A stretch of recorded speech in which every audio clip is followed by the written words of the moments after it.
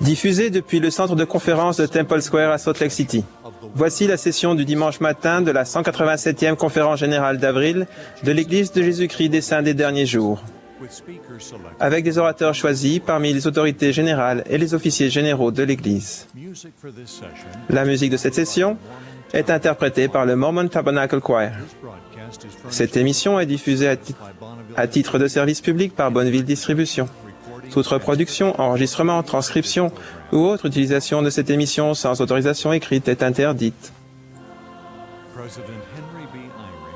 Henry Eyring, premier conseiller dans la première présidence de l'Église, dirigera cette session.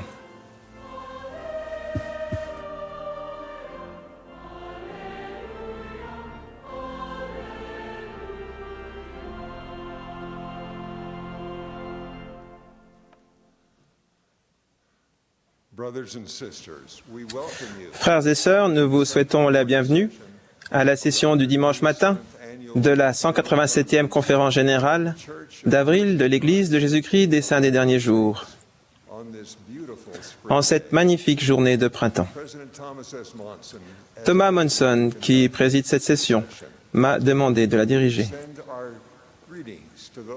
Nous adressons nos salutations aux personnes du monde entier qui suivent cette session à la radio, à la télévision, sur l'Internet ou par satellite.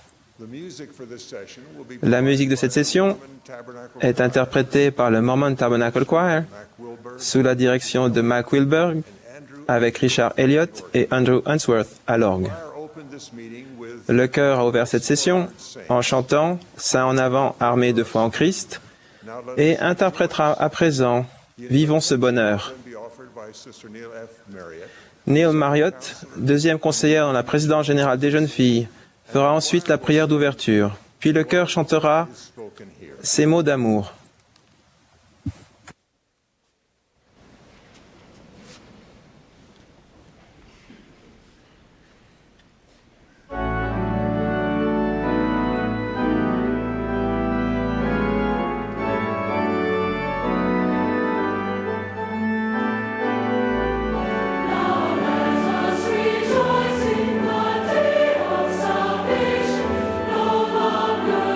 Strangers on earth.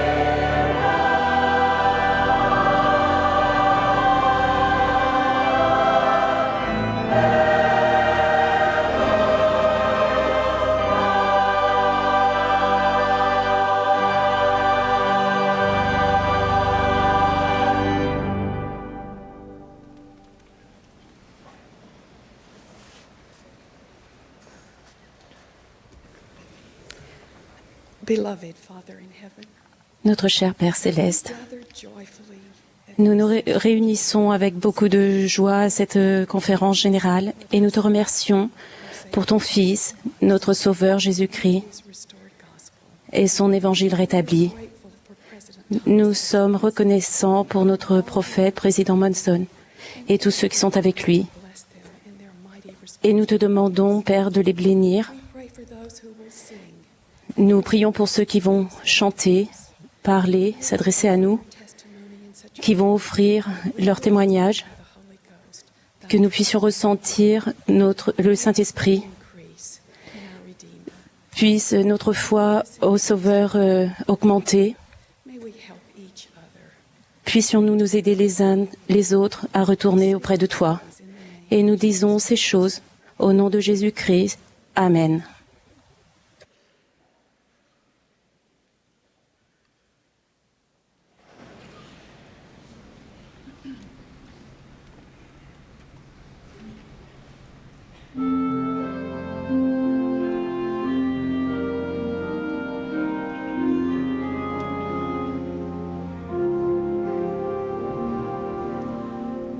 I see my mother kneeling with our family share. I hear the words she whispers as she bows her head to pray. Her plea to the Father quiets all my fears, and I am thankful. Love is spoken and I am thankful.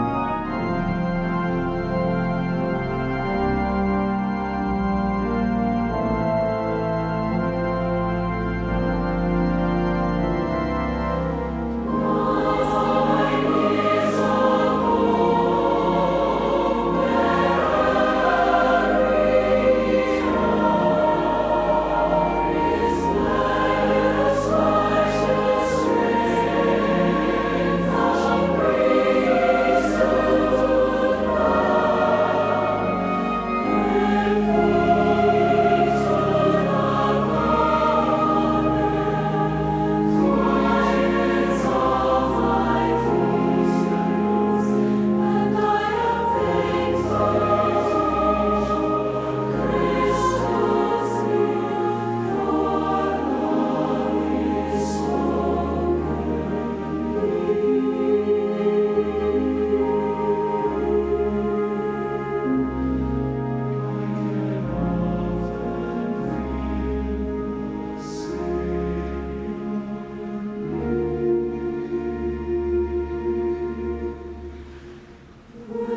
for love is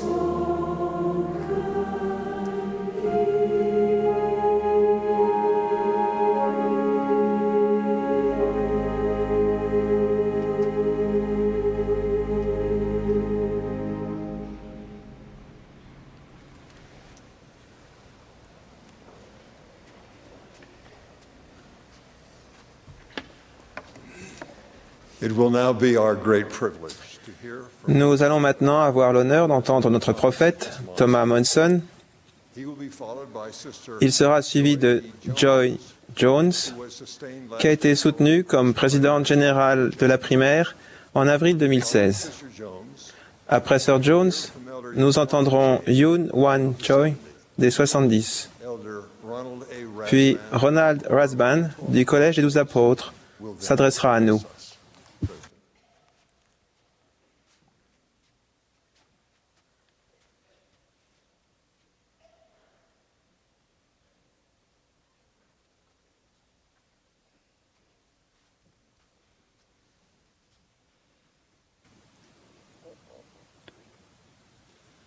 address us. Mes chers frères et sœurs, je vous salue très chaleureusement, alors que nous voici de nouveau réunis en une grande conférence générale de l'Église de Jésus-Christ des Saints des derniers jours.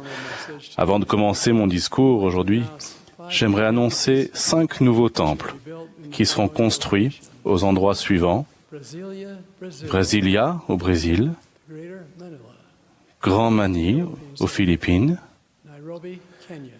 Nairobi au Kenya, Pocatello en Idaho et Saratoga Springs en Utah. Ce matin, je parle de la puissance du livre de Mormon et du besoin crucial qui est le nôtre, en qualité de membre de cette Église, d'étudier, de méditer et d'appliquer ces enseignements dans notre vie. On ne saurait trop insister sur l'importance d'avoir un témoignage ferme et certain du livre de Mormon. Nous vivons à une époque de difficultés importantes et de grande méchanceté. Qu'est-ce qui nous protégera du péché et du mal si répandu dans le monde actuel? J'affirme qu'un fort témoignage de notre Sauveur, Jésus-Christ, et de son Évangile contribuera à notre sécurité. Si vous ne lisez pas le livre de Mormon chaque jour, je vous en prie, faites-le. Si vous le lisez dans la prière et avec le désir sincère de connaître la vérité, le Saint-Esprit vous manifestera son authenticité. S'il est vrai, et je témoigne solennellement qu'il l'est, alors Joseph Smith était un prophète qui a vu Dieu, le Père, et son Fils Jésus-Christ. Du fait que le livre de Mormon est vrai, l'Église de Jésus-Christ des Saints des derniers jours est l'Église du Seigneur sur la terre, et la sainte prêtrise de Dieu a été rétablie pour le profit et le bien-être de ses enfants. Si vous n'avez pas un témoignage ferme de ces choses, faites le nécessaire pour en obtenir un. Il est essentiel que vous ayez votre témoignage en ces temps difficiles, car les témoignages des autres ne vous porteront que jusqu'à un certain point. Néanmoins, une fois que vous en aurez obtenu un, il faudra le garder vivant par l'obéissance continuelle aux commandements de Dieu et par la prière et l'étude quotidienne des Écritures. Mes chers compagnons dans l'œuvre du Seigneur, je supplie chacun d'entre nous d'étudier et de méditer le livre de Mormon chaque jour à l'aide de la prière. Ainsi, nous serons en mesure d'entendre la voix de l'Esprit, de résister à la tentation, de vaincre le doute et la crainte, et de recevoir l'aide des cieux. J'en témoigne de tout mon cœur, au nom de Jésus-Christ. Amen.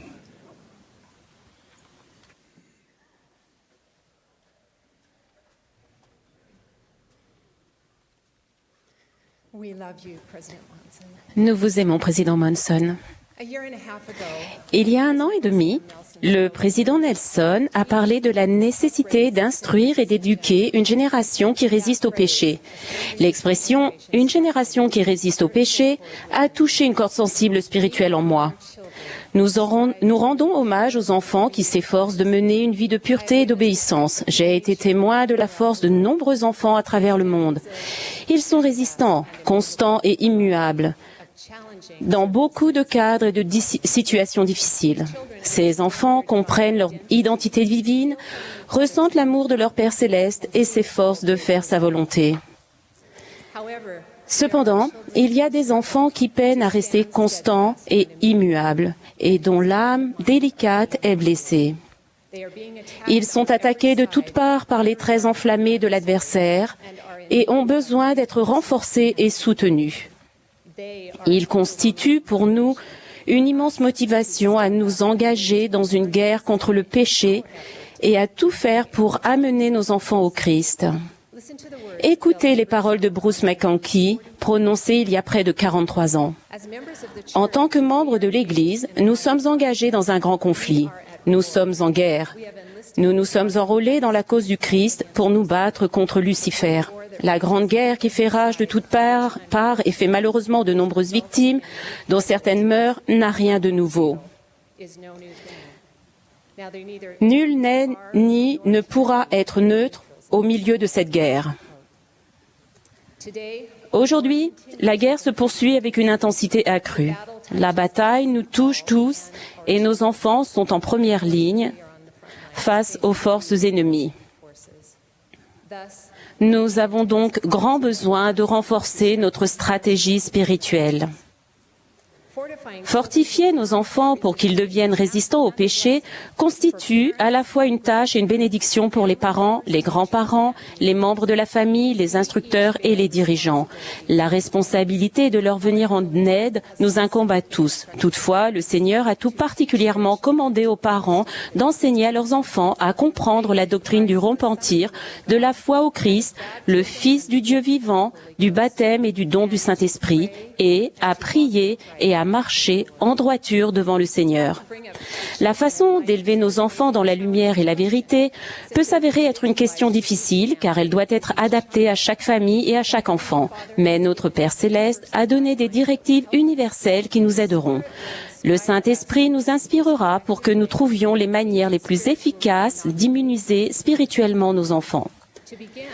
Pour commencer, il est essentiel d'avoir une vision de l'importance de cette responsabilité.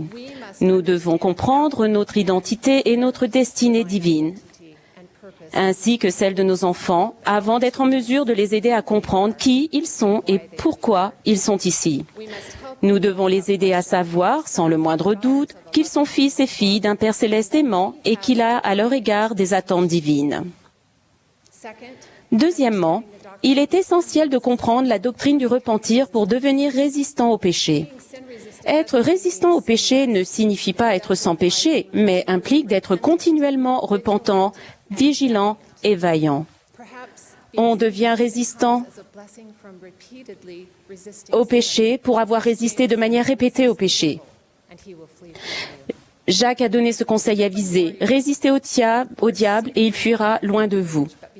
Les jeunes guerriers étaient extrêmement vaillants dans leur courage, mais voici, ce n'était pas tout. Ils étaient fidèles en tout temps, dans tout ce qui leur avait été confié. Oui, on leur avait enseigné à garder les commandements de Dieu et à marcher en droiture devant lui. Ces jeunes hommes allèrent à la guerre portant avec eux les vertus chrétiennes comme armes contre leurs adversaires. Le président Monson nous a rappelé que l'appel à être courageux est constamment lancé à chacun d'entre nous. Nous avons besoin de courage chaque jour de notre vie, pas seulement pour les événements importants, mais plus souvent lorsque nous prenons des décisions ou réagissons à des situations proches de nous. Nos enfants se revêtent d'une armure spirituelle en adoptant des habitudes personnelles de disciples au quotidien. Nous sous-estimons peut-être la capacité qu'ont les enfants de comprendre le concept de disciple au quotidien. Le président Eyring nous a conseillé de commencer tôt et d'être constant. Une troisième façon d'aider nos enfants à devenir résistants au péché est donc de commencer très tôt à leur instiller avec amour la doctrine de base de l'Évangile à partir des Écritures, des articles de foi, de la brochure « Jeunes, soyez forts », des chants de la primaire, des cantiques et de nos témoignages personnels qui les conduiront au Sauveur. L'établissement d'habitudes bien ancrées de prière, d'études des Écritures, de soirées familiales et de respect du jour de sabbat apporte de la plénitude, de la cohérence interne et des valeurs morales fortes, autrement dit, de l'intégrité spirituelle. Dans le monde d'aujourd'hui où l'intégrité a presque entièrement disparu, nos enfants méritent de comprendre ce qu'est la véritable intégrité et pourquoi elle est importante, tout particulièrement alors que nous les préparons à contracter et à respecter des alliances sacrées au moment du baptême et dans le temple. Comme l'enseigne prêcher mon évangile, en tenant leurs engagements, les gens, y compris les enfants, se préparent à contracter et à respecter des alliances sacrées. Jeffrey Holland a enseigné, quand nous parlons du respect des alliances, nous touchons à l'essence du but de notre condition mortelle. Il y a un pouvoir exceptionnel dans le fait de contracter puis de respecter des alliances avec notre Père Céleste. L'adversaire le sait et c'est pour cette raison qu'il a rendu obscur le concept de faire alliance. Aider nos enfants à comprendre, à contracter et respecter des alliances sacrées constitue une autre clé pour susciter une génération qui résiste au péché. Comment pouvons-nous préparer nos enfants à contracter et à respecter des alliances sacrées tandis qu'ils entrent et progressent sur le chemin de l'alliance? Si nous enseignons aux enfants à tenir des promesses simples lorsqu'ils sont jeunes, cela leur donnera la force de respecter des alliances sacrées plus tard dans la vie. Je vais vous donner un exemple simple. Au cours d'une soirée familiale, un père a posé la question suivante. Comment nous entendons-nous entre membres de la famille? Lizzie, 5 ans, s'est plainte que son grand frère, Kevin, la taquinait trop et que cela la blessait. Kevin a admis avec réticence que Lizzie disait vrai. La mère de Kevin lui a alors demandé ce qu'il pourrait faire pour mieux s'entendre avec sa sœur. Kevin a réfléchi, puis a décidé qu'il promettrait à Lizzie de ne pas l'embêter pendant toute une journée. Le lendemain, à la fin de la journée, toute la famille s'est réunie pour la prière et le père de Kevin lui a demandé comment cela s'était passé. Kevin a répondu « Papa, j'ai tenu ma promesse ». Lizzie a confirmé joyeusement. La famille a félicité Kevin. La mère de Kevin lui a alors suggéré que, puisqu'il avait pu tenir sa promesse une journée, il pourrait certainement le faire pendant 2 jours. Kevin a accepté de s'engager à nouveau. Les 2 jours ont passé et Kevin est parvenu à tenir sa promesse. Lizzie était encore plus reconnaissante quand son père lui a demandé pourquoi il tenait si bien ses promesses. Kevin a répondu « J'ai tenu ma promesse parce que j'avais dit que je le ferais ». Une succession de petites promesses bien tenues mène à l'intégrité. L'habitude de tenir leurs promesses constitue pour les enfants une préparation spirituelle en vue de recevoir leur première alliance du baptême et du don du Saint-Esprit, au cours de laquelle ils s'engagent à servir Dieu et à respecter ses commandements. Les alliances et les promesses sont inséparables. Dans le livre de Daniel, nous lisons l'histoire de Shadrach, Meshach et Abednego qui refusèrent d'adorer l'idole du roi Nebuchadnezzar. Le roi les avertit qu'ils seraient jetés dans une fournaise ardente s'ils n'obéissaient pas. Ils refusèrent et déclarèrent « Voici, notre Dieu que nous servons peut nous délivrer de la fournaise ardente. Sinon, sache, ô roi, que nous ne servirons pas tes dieux. » Sinon, réfléchissez au sens de ce mot en rapport avec le respect des alliances. L'obéissance de ces 3 jeunes gens ne dépendait pas de leur délivrance. Quand bien même ils ne seraient pas délivrés, ils tiendraient la promesse qu'ils avaient faite au Seigneur parce qu'ils avaient dit qu'ils le feraient. Le respect de nos alliances ne dépend jamais de notre situation. Ces 3 jeunes gens, tout comme les jeunes guerriers, constituent de merveilleux exemples de résistance au péché pour nos enfants. Comment ces exemples s'appliquent-ils dans notre foyer et à notre famille? Ligne sur ligne, précepte sur précepte. Nous pouvons aider nos enfants à réussir petit à petit. Ils ressentiront l'esprit en tenant leurs promesses. Joseph Wersling a enseigné « La récompense suprême de l'intégrité est la compagnie constante du Saint-Esprit. » Alors, l'assurance de nos enfants deviendra grande en la présence de Dieu. Du puits de l'intégrité jaillit une génération dotée de pouvoir et résistante au péché. Frères et sœurs, gardez vos petits près de vous, si près qu'ils observeront votre attitude chrétienne au quotidien et qu'ils vous verront tenir vos promesses et respecter vos alliances. Les enfants sont de grands imitateurs.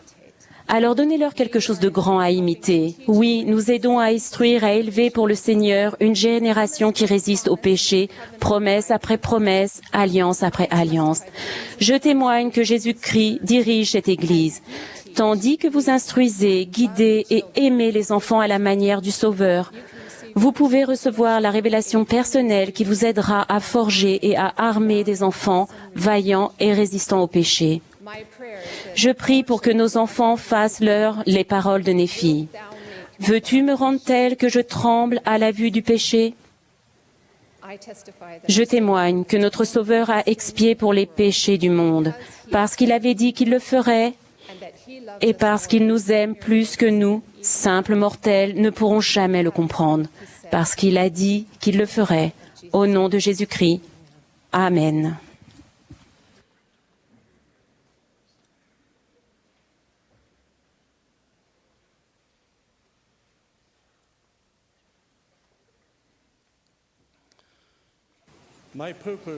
Mon objectif est d'inviter les gens à aller au Christ.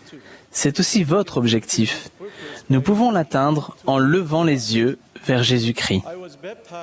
J'ai été baptisé avec mes parents quand j'avais 16 ans.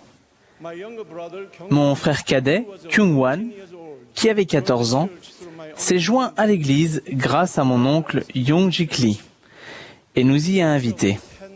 Chacun des 10 membres de notre famille appartenait à une église différente. Nous avons donc été heureux de trouver la vérité et nous avons voulu faire partager ce bonheur que nous avions trouvé dans l'évangile de Jésus-Christ après avoir été baptisés. Mon père était le plus heureux d'entre nous d'apprendre et de faire connaître la vérité. Il avait l'habitude de se réveiller tôt le matin pour étudier les Écritures pendant plus de 2 heures chaque jour. Après le travail, il allait avec les missionnaires rendre visite à notre famille, nos amis et nos voisins presque tous les jours. 7 mois après notre baptême, 23 personnes parmi ma famille et mes proches étaient devenues membres de l'Église. Cela fut suivi par le miracle de voir 130 personnes baptisées l'année suivante grâce aux efforts missionnaires de mon père. L'histoire familiale était aussi importante pour lui, et il a retrouvé 8 générations de nos ancêtres. Depuis ce jour, les fruits de la conversion de notre famille, en commençant par mon frère de 14 ans, ont augmenté de manière innombrable, non seulement parmi les vivants, mais aussi parmi les morts. Suite au travail de mon père et d'autres, notre arbre généalogique s'étend sur 32 générations et nous accomplissons maintenant l'œuvre du Temple pour de nombreuses branches. Aujourd'hui, je suis émerveillé et je ressens une grande joie à relier nos ancêtres et nos descendants. Président Hinckley a vécu une expérience similaire dans le temple de Columbus en Ohio. Assis dans le temple méditant sur la vie de mon arrière-grand-père, de mon grand-père et de mon père, j'ai regardé ma fille, puis sa fille, puis les enfants de celle-ci, qui sont mes arrière-petits-enfants. Soudain, je me suis rendu compte que j'étais le maillon central de ces 7 générations, 3 générations avant moi et 3 après moi. Dans cette maison sainte et consacrée, j'ai alors ressenti que j'avais l'obligation immense de transmettre tout l'héritage que j'avais reçu de mes ancêtres aux générations qui viennent après moi. Fin de citation.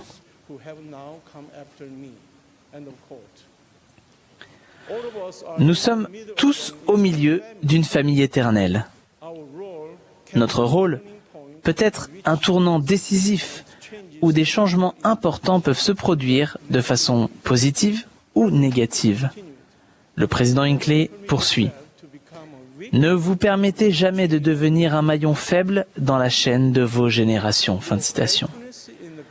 Votre fidélité dans l'Évangile affermira votre famille. Comment pouvons-nous nous assurer que nous serons un maillon fort dans notre famille éternelle? Un jour, quelques mois après mon baptême, j'ai entendu des membres se critiquer à l'église. J'étais très déçu. Je suis rentré chez moi et ai dit à mon père que peut-être je ne devais plus aller à l'église. C'était difficile de voir des membres en critiquer d'autres comme ça. Après m'avoir écouté, mon père m'a enseigné que l'évangile avait été rétabli et qu'il était parfait, mais que les membres ne l'étaient pas encore. Lui non plus et moi non plus. Il a dit fermement, « Ne perds pas ta foi à cause des gens autour de toi, mais édifie une relation forte avec Jésus-Christ. Ne regarde pas alentour, lève les yeux. levez les yeux vers Jésus-Christ. Le sage conseil de mon Père renforce ma foi quand j'ai des difficultés dans ma vie. Il m'a enseigné comment mettre en application les enseignements du Christ lorsque nous lisons ces paroles. Tournez-vous vers moi dans chacune de vos pensées. Ne doutez pas, ne craignez pas. Quand j'étais président de mission de Seattle, il pleuvait souvent. Mais nos missionnaires avaient pour instruction de sortir et de faire du prosélytisme même sous la pluie. Je leur disais, sortez sous la pluie, levez les yeux au ciel, ouvrez la bouche et buvez-la. Quand vous lèverez les yeux, vous recevrez la force d'ouvrir la bouche et de parler à chaque personne sans crainte. Cette leçon symbolique signifiait qu'ils devaient lever les yeux quand ils auraient des difficultés, même après leur mission. Ne le faites pas dans des régions polluées, s'il vous plaît. Quand je servais encore dans la mission de Seattle, j'ai reçu un appel téléphonique de mon fils aîné Sunbeam qui est pianiste. Il m'a dit qu'il aurait l'honneur de jouer au Carnegie Hall de New York, car il avait gagné un concours international. Nous étions si heureux et ravis pour lui. Cependant, ce soir-là, pendant qu'elle priait avec reconnaissance, ma femme s'est souvenue que nous ne pourrions pas le rejoindre pour sa représentation et a dit en substance à notre Père Céleste, « Père Céleste, je suis reconnaissante de la bénédiction que tu as donnée à Sunbeam. En passant, je suis navrée de ne pas pouvoir assister au concert. J'aurais pu y aller si tu lui avais accordé cette bénédiction avant ou après notre mission. Je ne me plains pas, mais je ressens un peu de peine. » Dès qu'elle a eu fini sa prière, elle a entendu une voix distincte lui dire « Votre fils a reçu cet honneur parce que vous ne pouvez pas y aller. Préférerais-tu échanger ?» Ma femme a été surprise. Elle savait que les enfants seraient bénis du fait du service fidèle de leurs parents dans le royaume du Seigneur. Mais c'était la première fois qu'elle comprenait son rôle avec autant de clarté. Elle lui a immédiatement répondu « Non, non, ça me va de ne pas y assister. Laisse-le avoir cet honneur. » Chers frères et sœurs, il ne nous est pas facile de reconnaître l'amour de notre Père Céleste quand nous regardons alentour avec nos yeux temporels, parce que nous voyons tout d'abord les inconvénients, les pertes, les fardeaux ou la solitude. D'un autre côté, nous pouvons voir les bénédictions au-delà lorsque nous levons les yeux. Le Seigneur a révélé, et lorsque nous obtenons une bénédiction quelconque de Dieu, c'est par l'obéissance. To all those who embark in any service God, know that you are a solid connection for powerful blessings to those before you and to generations after you. Today, I am grateful to see that many of our family members are faithful on the covenant path, and am saddened to see imagine any empty seat next to us.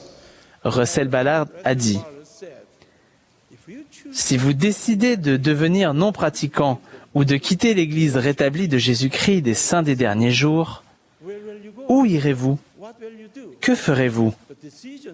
La décision de ne plus marcher avec les membres de l'Église et les dirigeants choisis du Seigneur aura des répercussions à long terme qu'on ne peut pas toujours entrevoir maintenant.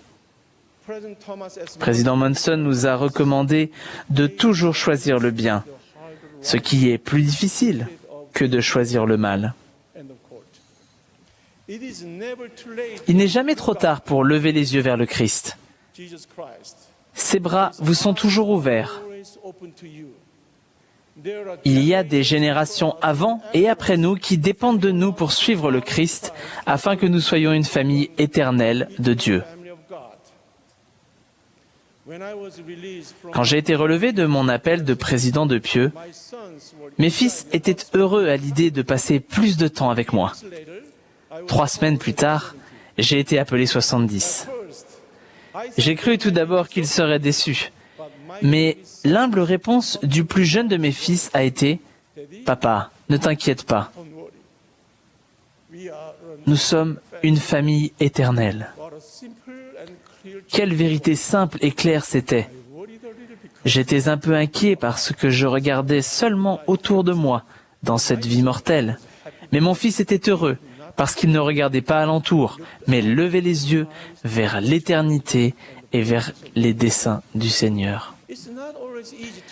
Il n'est pas toujours facile de lever les yeux quand vos parents sont opposés à l'Évangile, quand vous êtes membre d'une petite unité de l'Église, quand votre conjoint n'est pas membre, quand vous êtes encore célibataire après avoir fait de votre mieux pour vous marier, quand un enfant s'est égaré, quand vous vous retrouvez parent seul, quand vous avez des difficultés physiques ou émotionnelles, ou quand vous êtes victime d'une catastrophe, etc. Accrochez-vous à votre foi dans ces moments difficiles.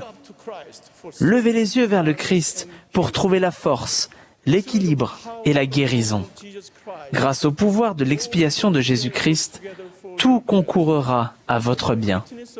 Je rends témoignage que Jésus-Christ est notre Sauveur et notre Rédempteur. Quand nous suivons notre prophète vivant, Thomas Monson, nous levons les yeux vers Jésus-Christ.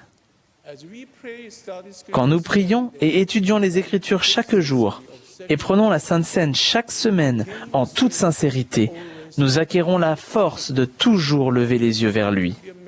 Je suis heureux d'être membre de cette Église et de faire partie d'une famille éternelle. J'aime faire connaître cet évangile merveilleux aux autres. Inviter les gens à venir au Christ est notre objectif. Et nous pouvons l'atteindre en levant les yeux vers Jésus-Christ. Je témoigne humblement de ces choses au nom de Jésus-Christ. Amen.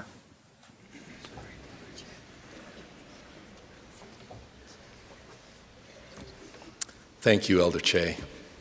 Merci, frère Che. Frères et sœurs, vous et moi pouvons constater l'accélération de l'œuvre du Seigneur à travers le président Monson et son message de ce matin. Président Monson, nous vous aimons, nous vous soutenons et nous prions sans cesse pour vous, notre prophète bien-aimé. Nous avons ressenti un grand déversement de l'Esprit ces 2 derniers jours. Que vous soyez présents ici, dans cette grande salle, ou que vous regardiez depuis votre foyer ou assemblés dans les lieux de culte du monde entier, vous avez eu l'occasion de ressentir l'Esprit du Seigneur. Cet Esprit confirme à votre cœur et à votre esprit les vérités enseignées lors de cette conférence. Rappelez-vous les paroles de ce cantique bien connu. Que l'Esprit soit avec nous, enseignant la vérité. Il témoignera du Christ, nous montrant sa volonté.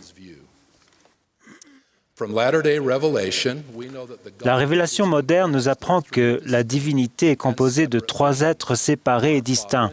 Notre Père Céleste, son Fils unique, Jésus-Christ, et le Saint-Esprit. Nous savons que le Père a un corps de chair et d'os aussi tangible que celui de l'homme, le Fils aussi. Mais le Saint-Esprit n'a pas de corps de chair et d'os. C'est un personnage d'esprit. S'il n'en était pas ainsi, le Saint-Esprit ne pourrait demeurer en nous. Mon message aujourd'hui traite de l'importance du Saint-Esprit dans notre vie. Notre Père Céleste savait que nous rencontrerions des difficultés, des tribulations et des crises dans la condition mortelle. Il savait que nous serions en butte aux doutes, aux déceptions, aux tentations et aux faiblesses. Pour nous apporter de la force morale et une direction divine, il nous a accordé le Saint-Esprit. Le Saint-Esprit nous lie au Seigneur. Conformément à sa mission divine, il nous inspire, nous témoigne, nous instruit et nous incite à marcher dans la lumière du Seigneur. Nous avons la responsabilité sacrée d'apprendre à reconnaître son influence dans notre vie et de la suivre.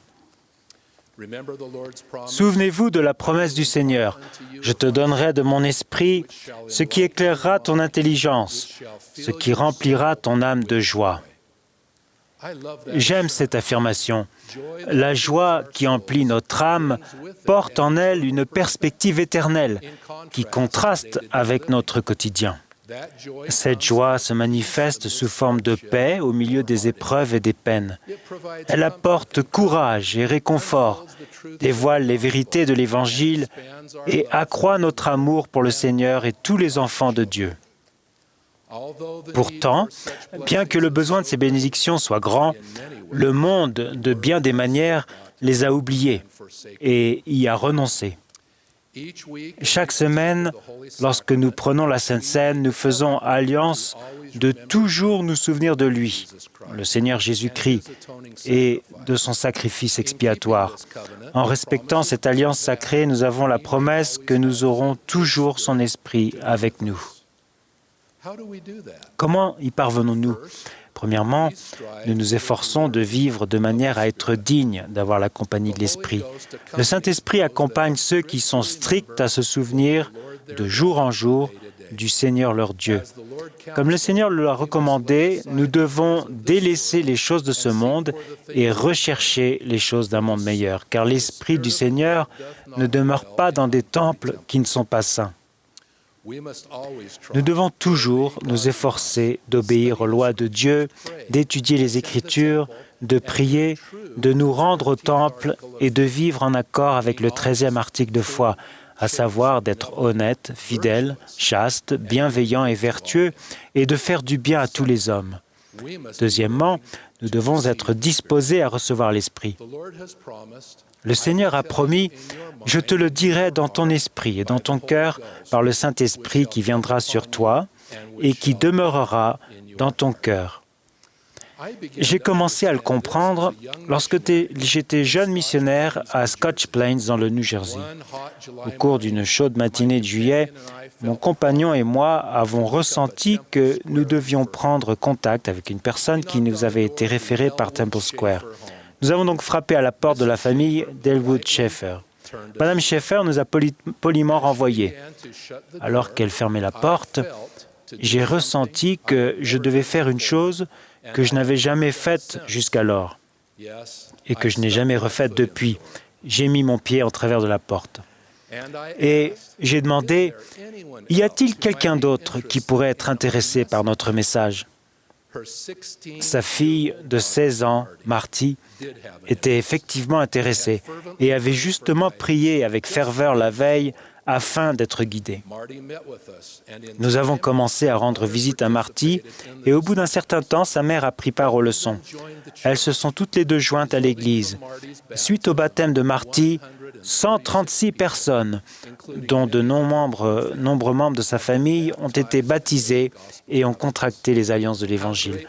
Comme je suis reconnaissant d'avoir écouté l'Esprit et d'avoir mis mon pied en travers de la porte en cette chaude journée de juillet. Marty et plusieurs des membres de sa famille sont présents aujourd'hui. Troisièmement, nous devons reconnaître l'Esprit lorsqu'il se manifeste. Mon expérience, c'est que l'Esprit communique le plus souvent par un sentiment. Vous le ressentez dans des mots qui vous sont familiers, que vous comprenez, et qui vous incitent à faire quelque chose. Pensez à la réaction des Néphites alors qu'ils écoutaient le Seigneur prier pour eux. Et la multitude entendit, et elle rend témoignage, et elle eut le cœur ouvert, et elle comprit dans son cœur les paroles qu'il dit dans sa prière. Les Néphites avaient ressenti dans leur cœur les paroles de sa prière. La voix du Saint-Esprit est un murmure doux et léger. Dans l'Ancien Testament, Élie lutte contre les prêtres de Baal. Les prêtres s'attendaient à ce que la voix de Baal descende comme l'éclair et enflamme leur sacrifice. Mais il n'y eut ni voix ni feu. Par la suite, Élie pria en disant « Et voici, l'Éternel passa, et devant l'Éternel, il y eut un vent fort et violent qui déchirait les montagnes et brisait les rochers. L'Éternel n'était pas dans le vent, et après le vent, ce fut un tremblement de terre. L'Éternel n'était pas dans le tremblement de terre. Et après le tremblement de terre, un feu. L'Éternel n'était pas dans le feu, et après le feu, un murmure doux et léger. » Connaissez-vous cette voix? Le président Monson a enseigné, et je cite, « Apprenons la langue de l'esprit, tandis que nous avançons sur le chemin de la vie. » The Spirit speaks words that we feel. L'Esprit prononce des paroles que nous ressentons. Ces sentiments sont doux. Ils sont un encouragement à agir, à faire quelque chose, à dire quelque chose ou à réagir d'une certaine manière. Si nous sommes désinvoltes ou suffisants dans notre manière d'adorer, détournés et rendus insensibles par nos objectifs mondains, notre sensibilité s'en trouve diminuée. S'adressant à l'amant et Lémuel, Néphi a dit au sujet du Saint-Esprit, « Vous avez entendu de temps en temps sa voix, et il vous a parlé avec une petite voix douce. Mais vous aviez perdu toute sensibilité, de sorte que vous ne pouviez pas sentir ses paroles. » En juin dernier, je me suis rendu en Amérique du Sud pour m'acquitter d'une tâche.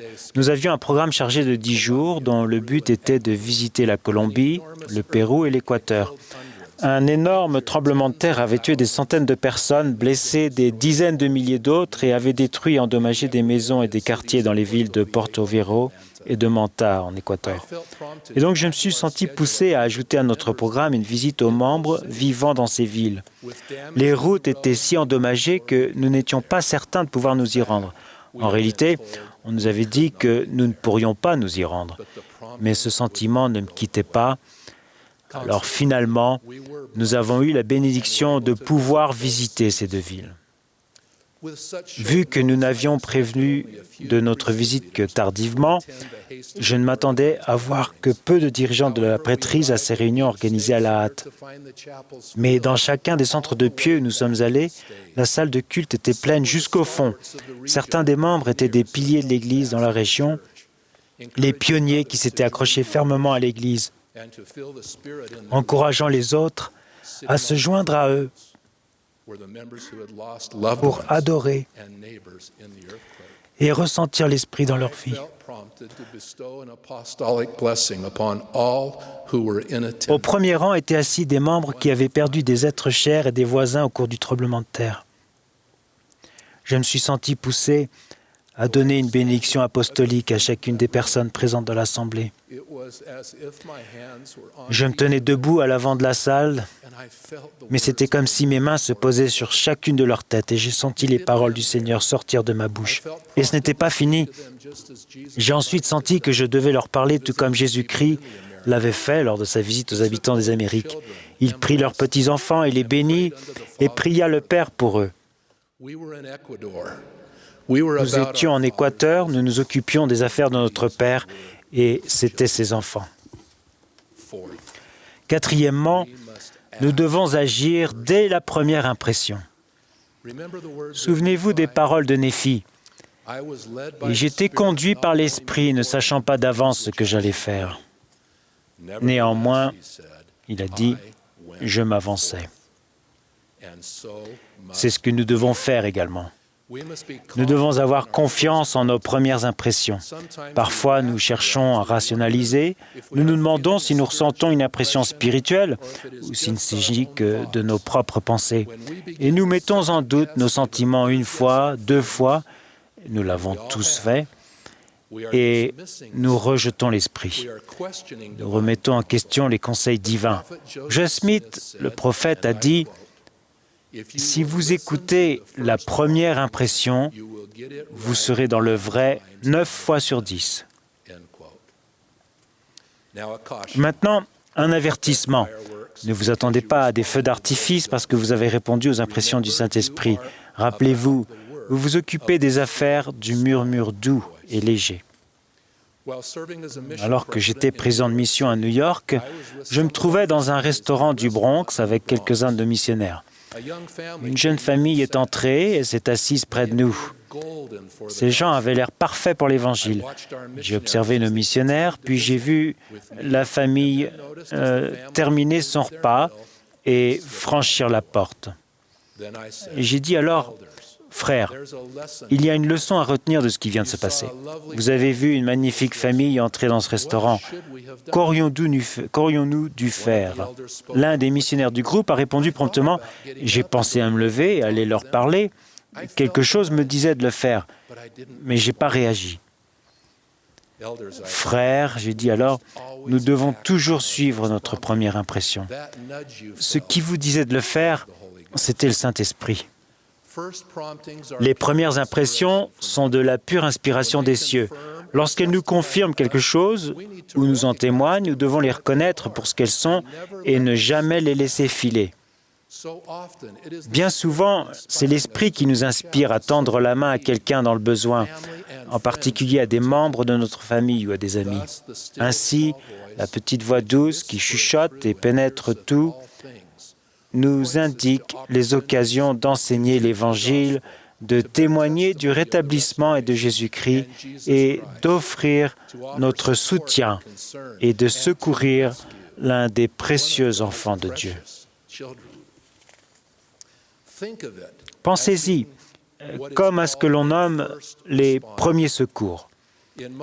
Dans la plupart des sociétés, ces premiers secours, suite à une tragédie ou une catastrophe, sont les pompiers, les policiers ou les ambulanciers. Ils arrivent avec leur gyrophare et j'ajoute que nous sommes infiniment reconnaissants pour eux. La manière du Seigneur est moins évidente, mais elle exige une réaction tout aussi immédiate. Le Seigneur connaît les besoins de tous ses enfants et il sait qui est prêt à aider. Si, dans nos prières matinales, nous faisons savoir au Seigneur que nous sommes prêts, il fera appel à nous pour répondre. Et si nous répondons, il fera de plus en plus souvent appel à nous et nous serons, comme le dit le président Monson, en mission pour le Seigneur. Nous serons les secours spirituels qui apportent l'aide d'en haut. Si nous prêtons attention aux impressions qui nous viennent, nous progresserons dans l'esprit de révélation et recevrons de plus en plus d'indications et de directives de l'Esprit. Le Seigneur a dit, « Place ta confiance en cet esprit qui conduit à faire le bien. » Puissions-nous prendre au sérieux l'invitation du Seigneur à prendre courage, car il nous guidera le long du chemin.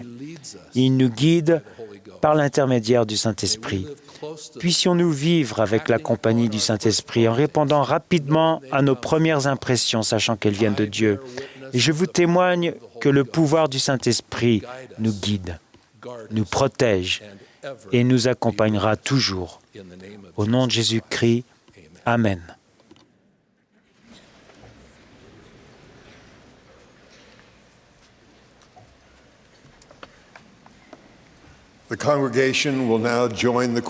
L'Assemblée se joindra maintenant au chœur pour chanter « Frères disciples du Seigneur », le numéro 27 dans le recueil de cantiques français. Après le chant, nous écouterons Whitney Clayton de la présidence des 70. Il sera suivi de Dallin Hawkes du Collège des 12 apôtres. Après son discours, le chœur interprétera « Chers enfants, sur vous Dieu veille ».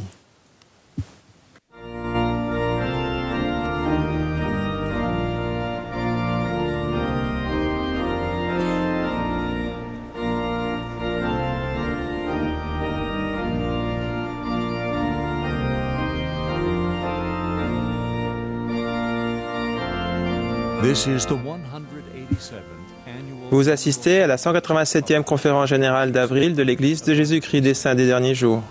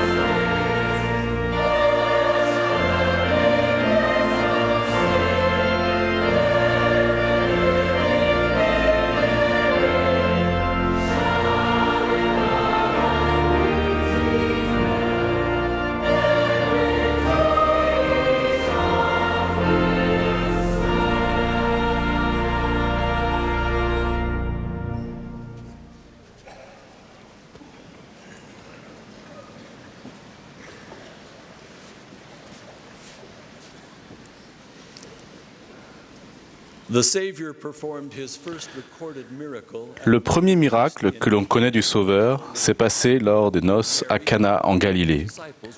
Marie, sa mère, et ses disciples étaient présents. Marie semble s'être sentie responsable de la réussite de la fête. Pendant la réception, un problème se posa. Il n'y avait plus de vin. Marie, soucieuse, alla voir Jésus. Ils parlèrent brièvement, puis Marie se tourna vers les serviteurs et leur dit « Faites ce qu'il vous dira. » Or, il y avait là 6 vases de pierre. Ces vases n'étaient pas utilisés pour mettre de l'eau potable, mais ils servaient aux purifications cérémonielles de la loi de Moïse. Jésus leur dit « Remplissez d'eau ces vases. » Et ils les remplirent jusqu'au bord. « Puisez maintenant, leur dit-il, et portez-en à l'ordonnateur du repas. » Et ils en portèrent. Puis l'ordonnateur du repas goûta l'eau changée en vin et exprima sa surprise que le meilleur vin eût été servi si tard.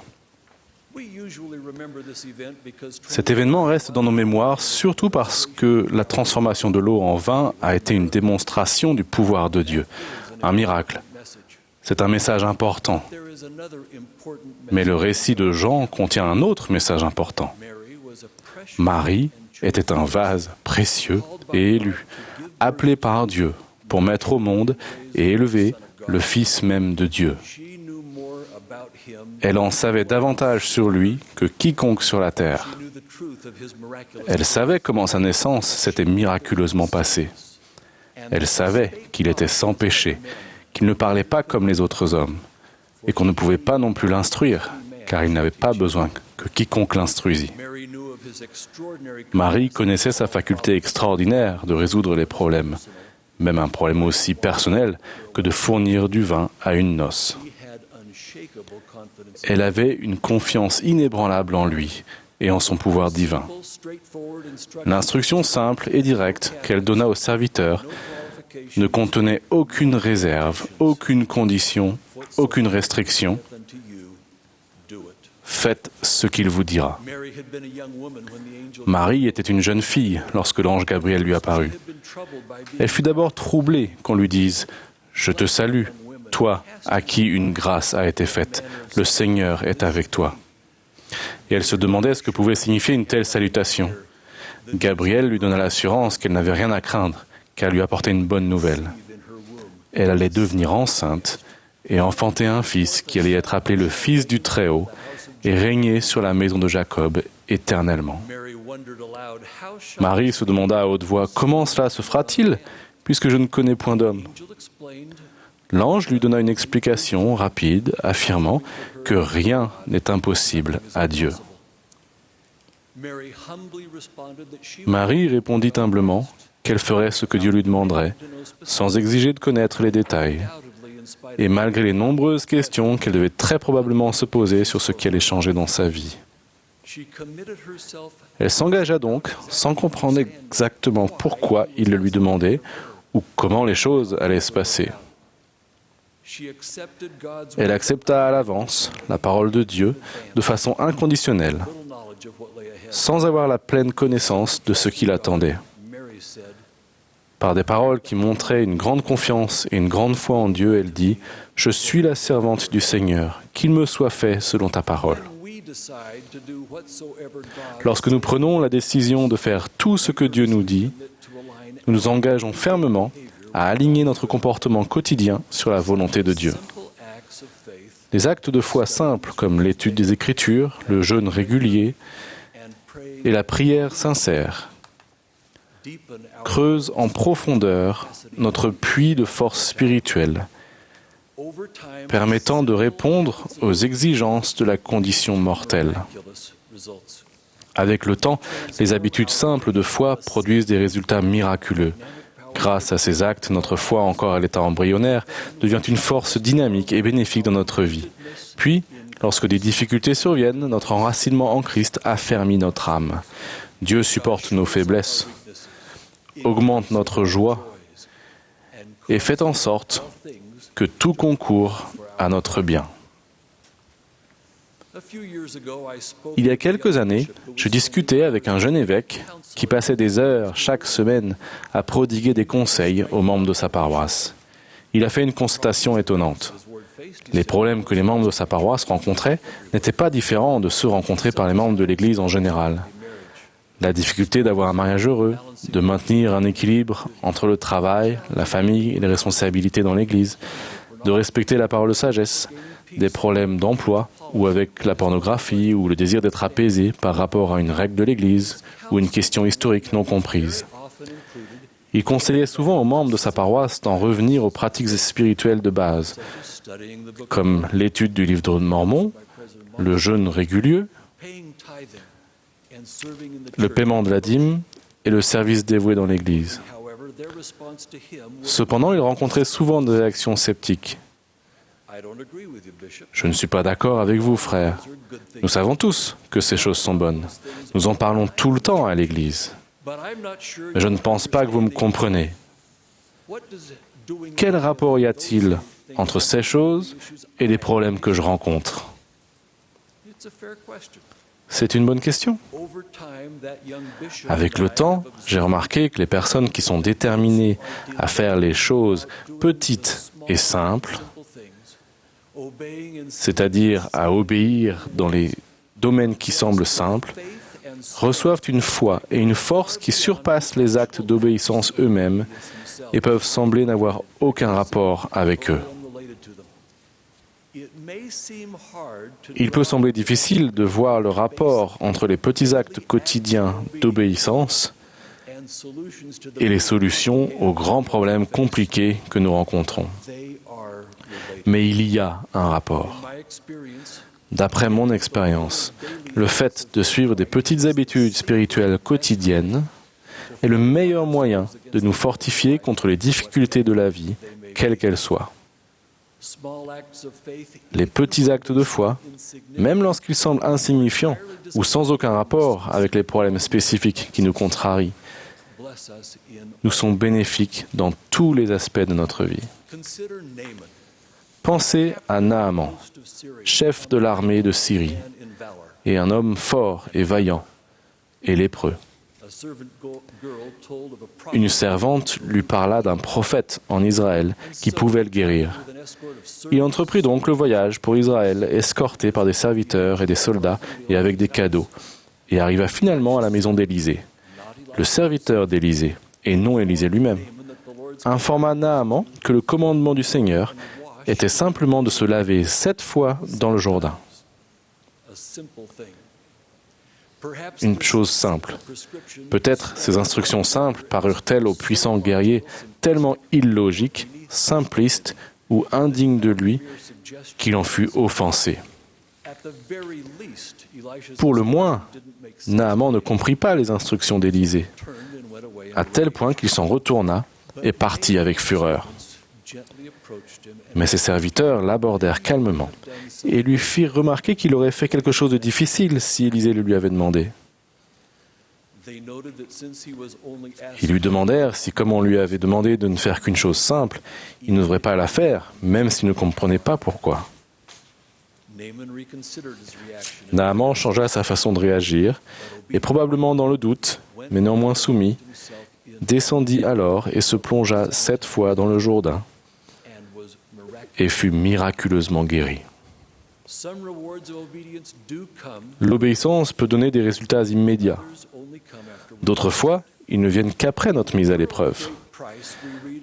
La perle de Grand Prix parle de la diligence d'Adam à respecter le commandement d'offrir des sacrifices. Apparemment pendant des années.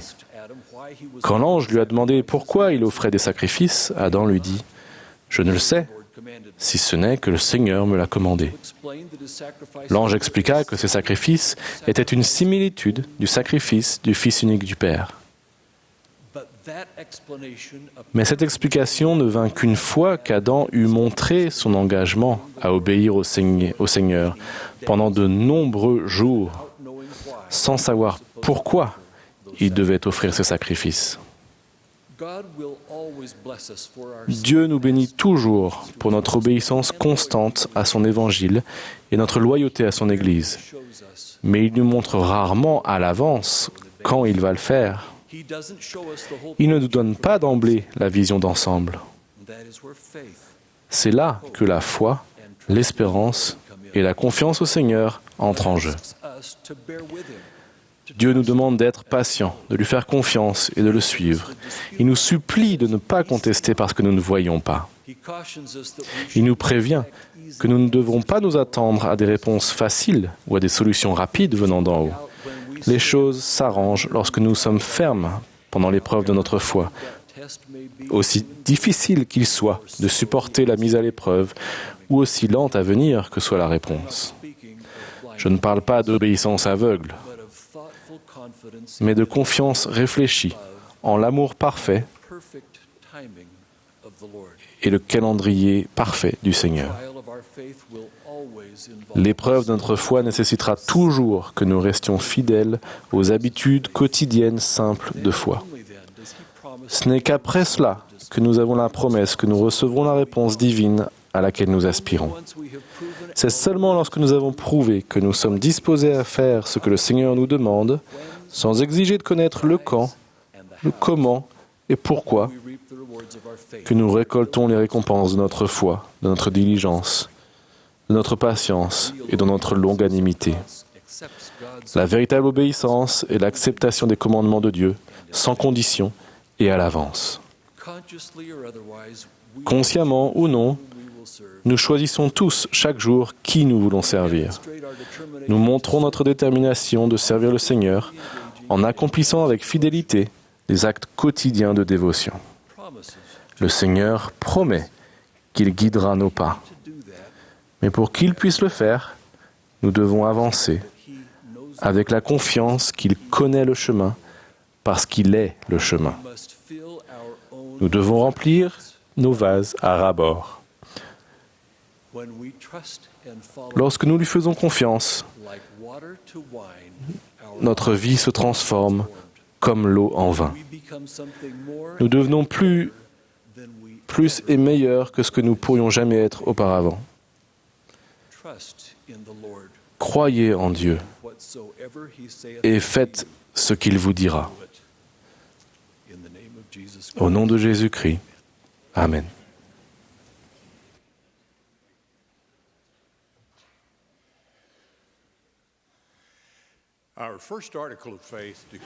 Notre premier article de foi déclare « Nous croyons en Dieu, le Père éternel, et en son Fils, Jésus-Christ, et au Saint-Esprit. » Nous rejoignons presque tous les chrétiens dans cette croyance en un Père, un Fils et un Saint-Esprit, mais ce que nous croyons à leur sujet diffère. Nous ne croyons pas en ce que le monde chrétien appelle la doctrine de la Sainte Trinité. Dans sa première vision, Joseph Smith a vu deux personnages distincts, deux êtres, ce qui montrait clairement que les croyances alors prédominantes concernant Dieu et la divinité n'étaient pas vraies. Contrairement au credo selon lequel Dieu est un mystère incompréhensible et impossible à connaître, nous croyons qu'il est possible de connaître la vérité au sujet de sa nature et de notre relation avec lui, et quelle est la clé de tout le reste de notre doctrine. La Bible rapporte la grande prière sacerdotale de Jésus, dans laquelle il a déclaré « La vie éternelle, c'est qu'ils te connaissent, toi, le seul vrai Dieu, et celui que tu as envoyé, Jésus-Christ. » L'effort pour connaître Dieu et son œuvre a commencé avant la condition mortelle et ne s'achèvera pas ici. Joseph Smith, le prophète, a enseigné, je cite, « Il faudra un bon moment après votre passage de l'autre côté du voile pour que vous ayez appris tous les principes de l'exaltation. » Fin de citation. Nous développons ici-bas la connaissance que nous avons acquise dans le monde des esprits prémortels. Ainsi, en essayant d'enseigner aux Israélites la nature de Dieu et ses rapports avec ses enfants, le prophète Ésaïe a déclaré À qui voulez-vous comparer Dieu? Et quelle image ferez-vous son égal? Ne le savez-vous pas? Ne l'avez-vous pas appris? Ne vous l'a-t-on pas fait connaître dès le commencement? N'avez-vous jamais réfléchi à la fondation de la terre? Fin de citation. Nous savons que les trois membres de la divinité sont des êtres séparés et distincts. Nous le savons du fait de l'enseignement donné à Joseph Smith, le prophète. Je cite, « Le Père a un corps de chair et d'os, aussi tangible que celui de l'homme, le Fils aussi. Mais le Saint-Esprit n'a pas de corps de chair et d'os. C'est un personnage d'esprit. S'il n'en était pas ainsi, le Saint-Esprit ne pourrait demeurer en nous. » Fin de citation. Pour ce qui est de la position suprême de Dieu le Père au sein de la divinité, ainsi que des rôles respectifs de chacun, le prophète Joseph a expliqué, je cite, « Quiconque a vu les cieux ouverts sait qu'il s'y trouve trois personnages qui détiennent les clés du pouvoir et que l'un d'eux préside tout.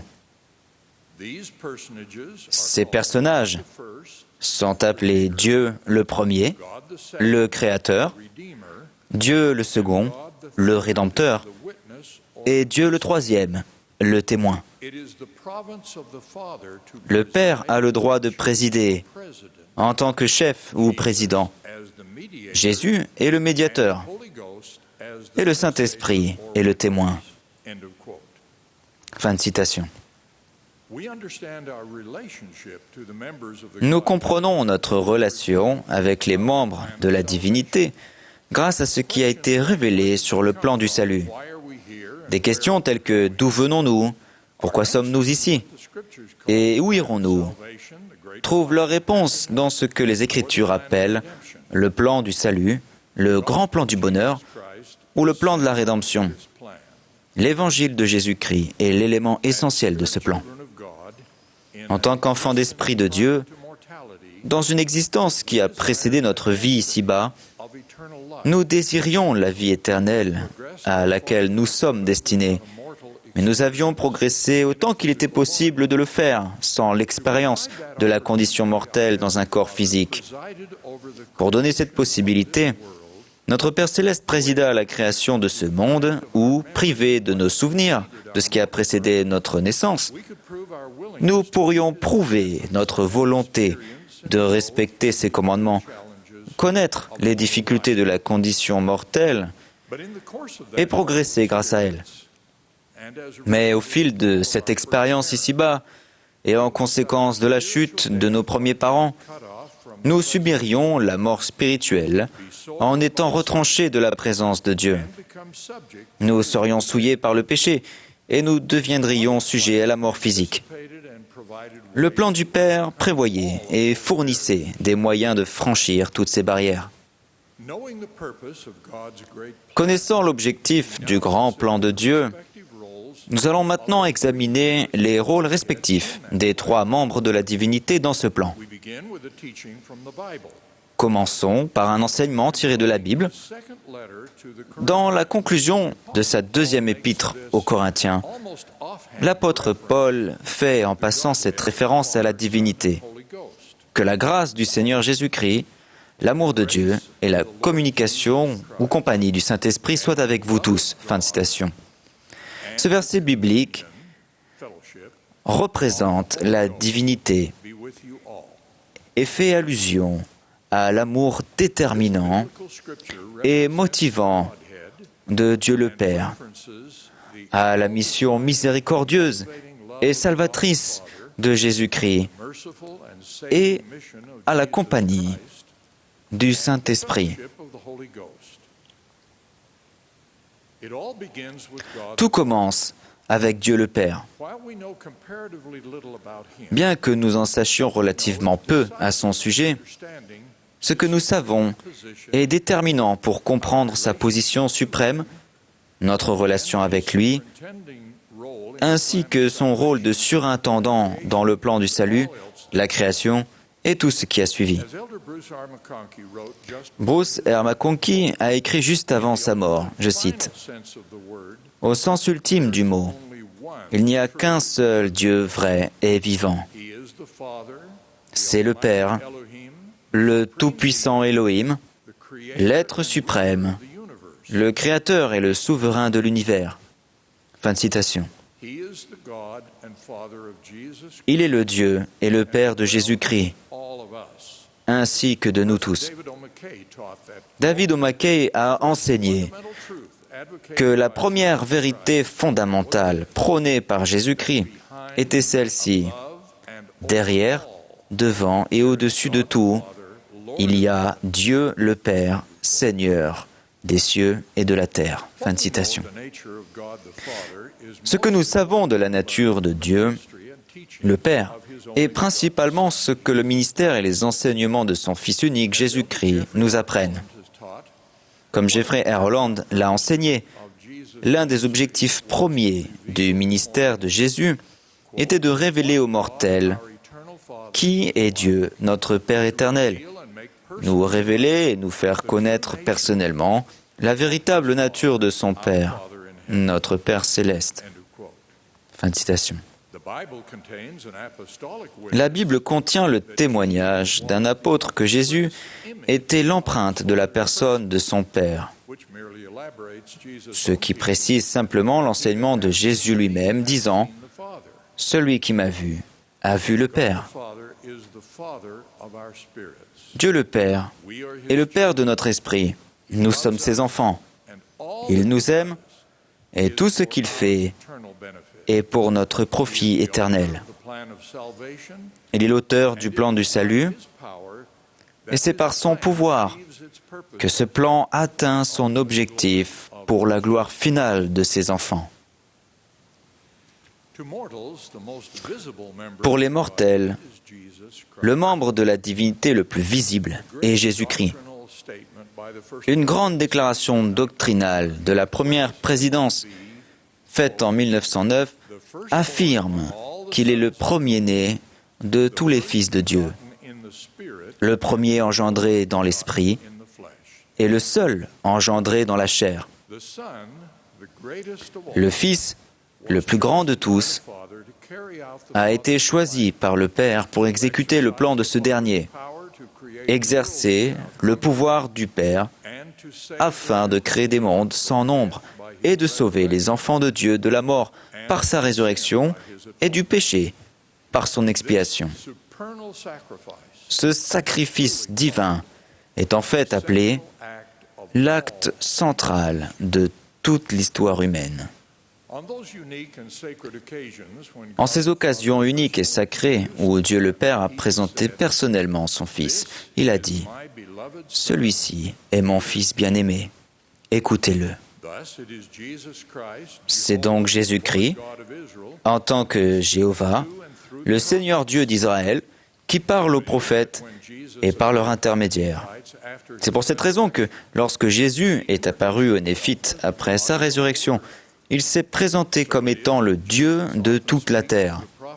C'est pour cette raison que Jésus parle souvent aux prophètes du livre de Mormon et au sein des derniers jours comme étant le Père et le Fils. Titre expliqué dans l'exposé doctrinal inspiré de la première présidence d'il y a juste 100 ans. Le troisième membre de la divinité est le Saint-Esprit, aussi appelé l'Esprit Saint, l'Esprit du Seigneur et le Consolateur. Il est le membre de la divinité qui est l'agent de la révélation personnelle. En tant que personnage d'esprit, il peut demeurer en nous et jouer le rôle essentiel de communicant entre le Père et le Fils et les enfants de Dieu sur la terre. De nombreuses écritures enseignent que sa mission est de témoigner du Père et du Fils. Le Sauveur a promis que le Consolateur enseignerait toutes choses, nous rappellerait toutes choses et nous conduirait dans toute la vérité. Ainsi, le Saint-Esprit nous aide à discerner la vérité du mensonge, nous guide dans nos décisions importantes et nous aide à traverser les difficultés de la condition mortelle. Il est aussi l'instrument par lequel nous sommes sanctifiés, c'est-à-dire purifiés du péché. Donc, en quoi la compréhension de cette vérité révélée des cieux au sujet de la divinité du plan du salut nous aide-t-elle à surmonter nos difficultés actuelles? Connaissant la vérité sur la divinité et notre relation avec elle, sur le but de la vie et sur la nature de notre destinée éternelle, nous avons la carte routière et l'assurance suprême pour notre voyage à travers la condition mortelle. Nous savons qui nous adorons et pourquoi nous adorons. Nous savons qui nous sommes et ce que nous pouvons devenir. Nous savons qui rend tout cela possible et nous savons ce que nous devons faire pour jouir des bénédictions sublimes qui découlent du plan de salut de Dieu. Comment savons-nous tout cela? Nous le savons par les révélations que Dieu donne à ses prophètes et à chacun de nous individuellement. Atteindre ce que l'apôtre Paul décrit comme la mesure de la stature parfaite de Christ exige bien plus que l'acquisition de connaissances. Il n'est pas suffisant d'être convaincu de l'Évangile. Nous devons agir et penser de manière à y être convertis. Contrairement aux institutions du monde, qui nous enseignent à connaître quelque chose, le plan du salut et l'Évangile de Jésus-Christ nous demandent de devenir quelqu'un. Comme le président Monson nous l'a enseigné lors de la dernière conférence générale, je cite, « Notre Sauveur Jésus-Christ est essentiel au plan du salut. Sans son sacrifice expiatoire, tout serait perdu. Mais il n'est pas suffisant, pourtant, de simplement croire en lui et en sa mission. Nous devons travailler et apprendre, chercher et prier, nous repentir et nous améliorer. Nous devons connaître les lois de Dieu et les vivre. Nous devons recevoir ses ordonnances salvatrices. Ce n'est qu'en le faisant que nous obtiendrons le bonheur véritable et éternel. Du plus profond de mon âme et en toute humilité, je témoigne du don merveilleux qu'est le plan du Père pour nous. C'est le chemin parfait qui mène à la paix et au bonheur ici et dans le monde à venir. J'ajoute mon témoignage à celui de notre prophète et président, au nom de Jésus-Christ. Je témoigne que nous avons un Saint-Esprit qui nous guide. Je témoigne que Jésus-Christ est notre Sauveur et qu'il rend tout possible. Au nom de Jésus-Christ. Amen.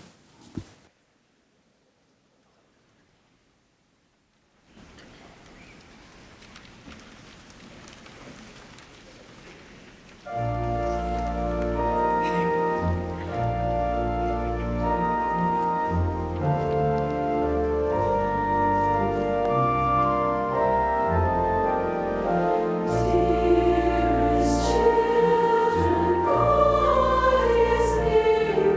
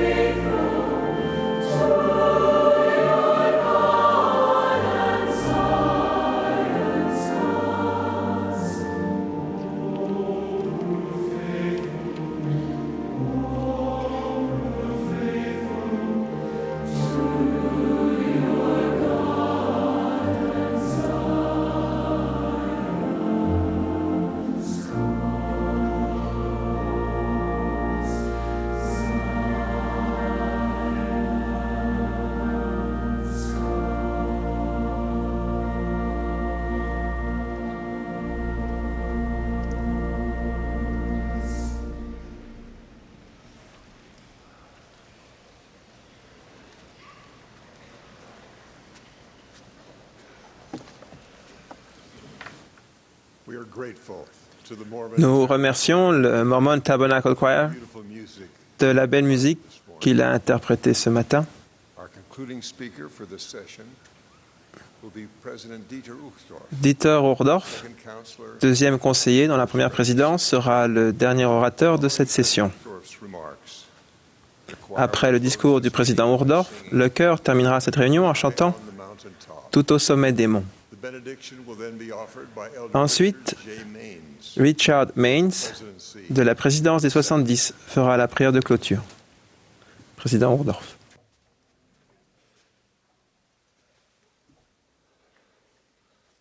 My beloved brothers and sisters, dear friends, Mes chers frères et sœurs, mes chers amis, quel honneur et quelle joie d'être rassemblés en tant qu'Église mondiale, unis par notre foi et notre amour pour Dieu. Je suis particulièrement reconnaissant de la présence de notre prophète bien-aimé, Thomas Monson, et du message qu'il nous a donné. Président, nous prendrons toujours à cœur vos conseils et vos paroles de sagesse. Nous vous aimons et vous soutenons, Président, et nous prions sans cesse pour vous. Il y a des années, alors que j'étais président du Pieux à Francfort, en Allemagne, une sœur chère mais mécontente m'a abordé à la fin de l'une de nos réunions de Pieux. Elle a dit « N'est-ce pas scandaleux ? Il y avait au moins 4 ou 5 personnes qui étaient profondément endormies pendant votre discours. » J'ai réfléchi un instant et j'ai répondu « Je suis à peu près sûr que le sommeil à l'église est l'un des plus sains. »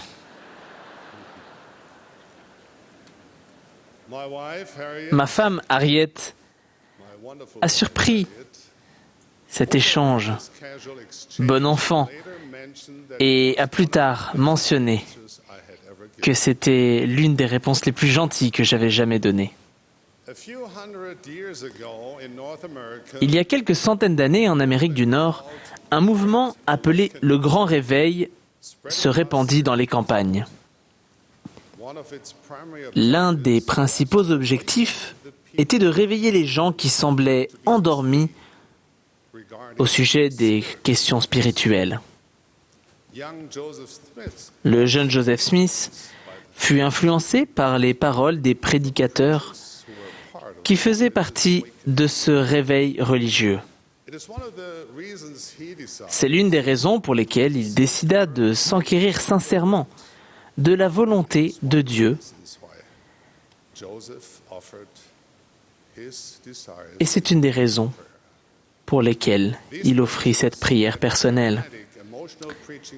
Les sermons de ces prédicateurs, dont le style était dynamique et émouvant, étaient connus pour leur insistance sur les terreurs des flammes de l'enfer qui attendent le pécheur. Leurs discours n'endormaient pas les gens, mais étaient peut-être la cause de quelques cauchemars.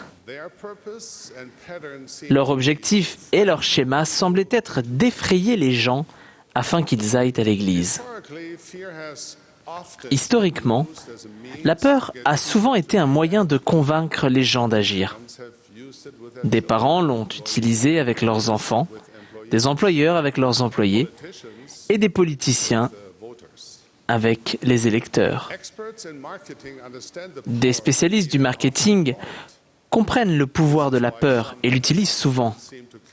C'est la raison pour laquelle certaines publicités semblent transmettre implicitement le message que si nous n'achetons pas leur marque de céréales pour petit déjeuner, ou si nous manquons le tout dernier jeu vidéo ou téléphone portable, nous courons le risque de mener une vie misérable et de mourir seuls et malheureux.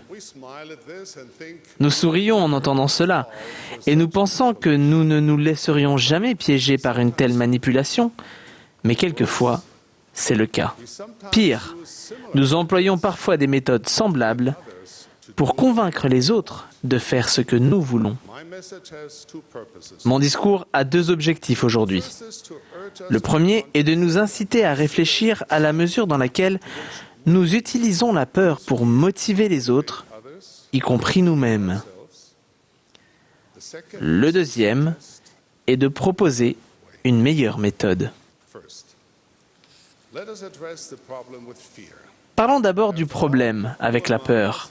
Après tout, qui d'entre nous n'a jamais été contraint par la peur de manger plus sainement, d'attacher sa ceinture de sécurité, de faire davantage d'exercices physiques, d'économiser de l'argent ou même de se repentir du péché? Il est vrai que la peur peut avoir une influence puissante sur nos actes et sur notre comportement. Mais cette influence a tendance à être temporaire et superficielle. La peur a rarement le pouvoir de changer notre cœur et elle ne nous métamorphosera jamais en personnes qui aiment ce qui est bien et qui veulent obéir à notre Père céleste. Les gens craintifs peuvent dire et faire les bonnes choses, mais ils ne ressentent pas les bonnes choses. Ils se sentent souvent désarmés et amers, voire furieux. Avec le temps, ces sentiments conduisent à la méfiance, au mépris et même à la rébellion. Malheureusement, cette manière mal avisée de diriger ne se limite pas au monde profane. Cela me peine d'apprendre que des membres de l'Église exercent une domination injuste, que ce soit chez eux, dans leurs appels dans l'Église, au travail ou dans leurs interactions quotidiennes avec les autres. Souvent, les personnes peuvent condamner le harcèlement chez les autres tout en ne le voyant pas chez elles.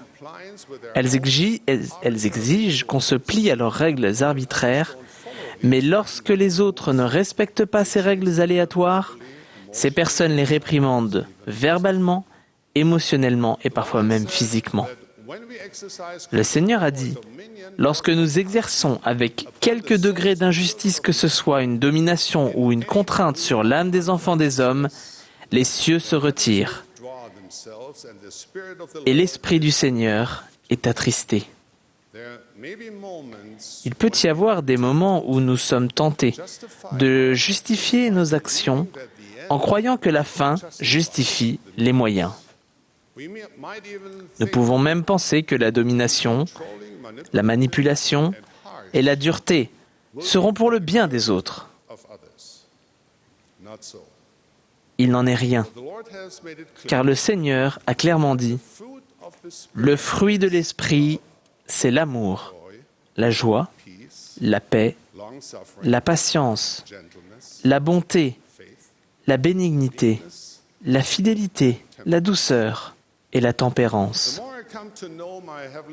Plus j'apprends à connaître mon Père céleste, plus je vois comment il inspire et dirige ses enfants. Il n'est pas coléreux, vengeur ou vindicatif. Son dessein même, son œuvre et sa gloire est de nous guider, nous exalter et nous amener à sa plénitude. Dieu se décrit lui-même à Moïse comme étant miséricordieux et compatissant, lent à la colère, riche en bonté et en fidélité. L'amour de notre Père céleste pour nous, ses enfants, dépasse de loin notre entendement. Cela signifie-t-il que Dieu ferme les yeux sur les comportements qui vont à l'encontre de ses commandements ou qu'il les cautionne? Non, certainement pas. Mais il ne veut pas changer uniquement nos comportements. Il veut changer notre nature même. Il veut changer notre cœur. Il veut que nous tendions la main et nous agrippions fermement à la barre de fer, que nous affrontions nos peurs et que nous avancions et nous élevions courageusement sur le sentier étroit et resserré. C'est ce qu'il veut pour nous, parce qu'il nous aime et parce que c'est le chemin du bonheur. Alors, comment Dieu motive-t-il ses enfants à le suivre à notre époque? Il a envoyé son Fils. Il a envoyé son Fils unique, Jésus-Christ, pour nous montrer le bon chemin. Dieu nous motive par la persuasion, par la longanimité, par la gentillesse et la douceur, et par l'amour sincère. Dieu est de notre côté. Il nous aime. Et il veut que, lorsque nous trébuchons, nous nous relevions, essayons de nouveau et devenions plus forts. Il est notre guide. Il est notre grande et précieuse espérance. Il désire nous stimuler par la foi. Il espère que nous tirerons des leçons de nos faux pas et ferons de bons choix. Voici la meilleure manière. L'une des manières dont Satan veut que nous manipulions les autres est en nous appesantissant sur le mal dans le monde et même en l'exagérant. Certes, notre monde a toujours été et continuera d'être imparfait. Beaucoup trop de personnes innocentes souffrent des aléas de la nature, ainsi que de l'inhumanité de l'homme. La corruption et la méchanceté propres à nos jours sont alarmantes. Mais en dépit de tout cela, je n'échangerai pas ma vie à notre époque contre une autre époque de l'histoire du monde. Nous sommes bénis, au-delà de toute mesure, de vivre à une époque de prospérité, de lumière et d'avantages sans pareil. Par-dessus tout, nous sommes bénis d'avoir la plénitude de l'évangile de Jésus-Christ, ce qui nous donne une vision unique des dangers du monde et nous montre comment éviter ces dangers ou y faire face. Quand je pense à ces bénédictions, j'ai envie de tomber à genoux et d'adresser des louanges à notre Père céleste pour son amour infini pour tous ses enfants. Je ne crois pas que Dieu veuille que ses enfants aient peur ou s'apesantissent sur les maux du monde, car ce n'est pas un esprit de timidité que Dieu nous a donné, mais un esprit de force, d'amour et de sagesse. Il nous a donné une abondance de raisons de nous réjouir. Il suffit juste de les trouver et de les reconnaître. Le Seigneur nous rappelle souvent, « Ne craignez pas, prenez courage, et ne craignez donc pas, petit troupeau. » Frères et sœurs, nous sommes le petit troupeau du Seigneur. Nous sommes les saints des derniers jours. Notre nom sous-entend notre engagement d'attendre avec joie le retour du Sauveur et de nous préparer et préparer le monde à le recevoir. Par conséquent, servons Dieu et aimons notre prochain. Faisons-le avec une confiance naturelle et avec humilité, en ne méprisant aucune autre religion ni aucun groupe, quel qu'il soit. Frères et sœurs, il nous est commandé d'étudier la parole de Dieu et d'écouter la voix de l'Esprit, afin de connaître les signes des temps et les signes de la venue du Fils de l'homme. Nous ne sommes donc pas ignorants des problèmes du monde et nous sommes conscients des difficultés de notre époque. Mais cela ne signifie pas que nous devons nous imposer le fardeau de la peur constante ou l'imposer aux autres. Au lieu de nous appesantir sur l'immensité de nos difficultés, ne serait-il pas préférable de nous concentrer sur l'infinie grandeur, la bonté et le pouvoir absolu de Dieu en lui faisant confiance et en nous préparant le cœur joyeux pour le retour de Jésus le Christ en qualité de peuple de l'Alliance? Nous ne devons pas être paralysés par la crainte que de mauvaises choses se produisent. Au contraire, nous pouvons aborder avec foi, courage, détermination et confiance en Dieu les difficultés et les possibilités qui nous attendent. Nous ne sommes pas seuls pour parcourir le chemin du disciple. L'Éternel, ton Dieu, marchera lui-même avec toi. Il ne te délaissera point. Il ne t'abandonnera point. L'Éternel combattra pour vous, et vous, gardez le silence. Fin de citation. Face à la peur, rassemblons notre courage, mobilisons notre foi et faisons confiance à la promesse selon laquelle toute arme forgée contre toi sera sans effet. Vivons-nous à une époque dangereuse et tumultueuse? Bien sûr que oui. Dieu lui-même a dit, « Vous aurez des tribulations dans le monde. Mais prenez courage, j'ai vaincu le monde. » Pouvons-nous exercer la foi de croire et d'agir en conséquence?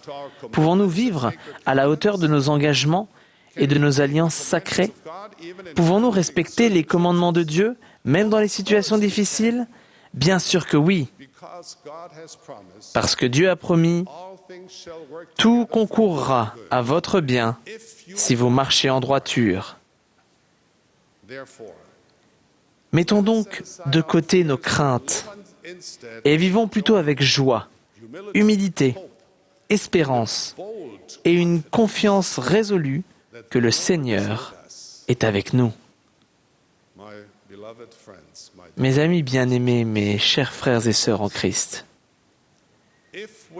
si nous trouvons que nous vivons dans la peur ou l'anxiété, ou si nous trouvons que nos paroles, notre attitude ou nos actions engendrent la crainte chez les autres, alors réfléchissons, et je dis ces choses avec toute la sincérité de mon cœur, réfléchissons à cet antidote divinement désigné, l'amour pur du Christ,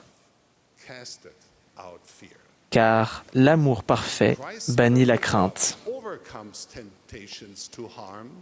L'amour parfait du Christ l'emporte sur la tentation de nuire, de contraindre, de harceler ou d'opprimer. L'amour parfait du Christ nous permet, en disciples de notre Sauveur bien-aimé, de marcher avec humilité, dignité, confiance et hardiesse. L'amour parfait du Christ nous donne la confiance de surmonter nos craintes et avoir une confiance absolue en la puissance et la bonté de notre Père céleste et de son Fils, Jésus-Christ. Chez nous, sur notre lieu de travail, dans nos appels dans l'Église, dans notre cœur, remplaçons la crainte par l'amour parfait du Christ. L'amour du Christ remplacera la crainte par la foi. Son amour nous permettra d'avoir confiance et foi en la bonté de notre Père céleste, en son plan divin, en son évangile et en ses commandements. L'amour de Dieu et de notre prochain convertira notre obéissance aux commandements de Dieu en bénédiction et non en fardeau. L'amour du Christ nous aidera à devenir un peu plus gentils, un peu plus indulgents, un peu plus attentionnés et plus dévoués à son œuvre. En emplissant notre cœur de l'amour du Christ, nous nous réveillerons avec une fraîcheur spirituelle renouvelée et nous marcherons avec joie, avec confiance, vivifiés et exaltés dans la lumière et la gloire de notre Sauveur bien-aimé Jésus-Christ. Je témoigne avec l'apôtre Jean que la crainte n'est pas dans l'amour du Christ. Frères et sœurs, chers amis, Dieu vous connaît parfaitement. Il vous aime parfaitement. Il sait ce que vous réserve l'avenir. Il veut que vous ne craigniez pas, mais croyez seulement et demeuriez dans son amour parfait. C'est là ma prière et ma bénédiction. Au nom sacré de notre Sauveur, notre Maître, Jésus-Christ. Amen.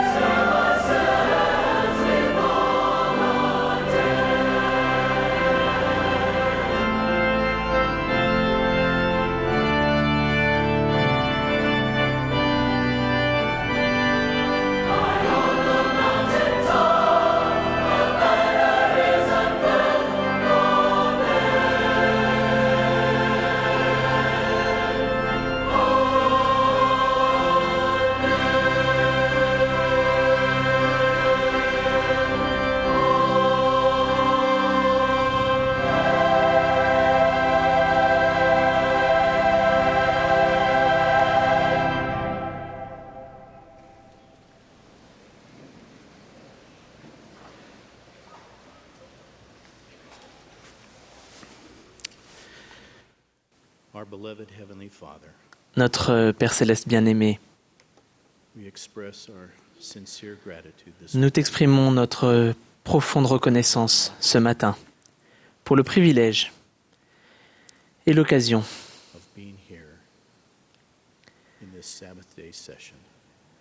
d'avoir pu assister à cette session de conférence générale. Nous sommes reconnaissants, Père, pour la musique magnifique, pour les messages inspirants et édifiants qui ont été partagés par tes serviteurs. Et nous sommes tout particulièrement reconnaissants, Père, d'avoir pu entendre la voix d'un prophète. Nous aimons Président Monson. Nous sommes si reconnaissants pour ses conseils et l'invitation qu'il nous a lancée concernant le livre de Mormon et l'annonce de ces nouveaux temples. Nous l'aimons, nous le soutenons et nous l'honorons. Et nous prions pour son bien-être. Père,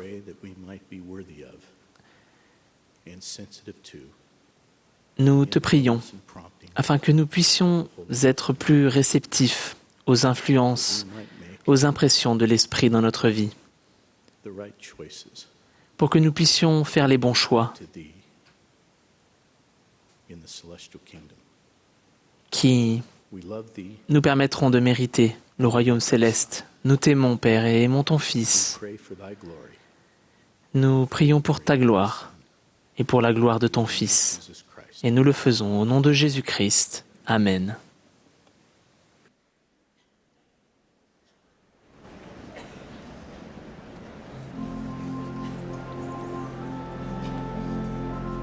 This has been a broadcast of the 187th annual. Vous venez d'assister à une session de la 187e conférence générale d'avril de l'Église de Jésus-Christ des Saints des Derniers Jours. Les orateurs étaient choisis parmi les autorités générales et les officiers généraux de l'Église. La musique était interprétée par le Mormon Tabernacle Choir. Cette émission a été diffusée à titre de service public par Bonneville Distribution. Toute reproduction, enregistrement, transcription ou autre utilisation de cette émission sans autorisation écrite est interdite.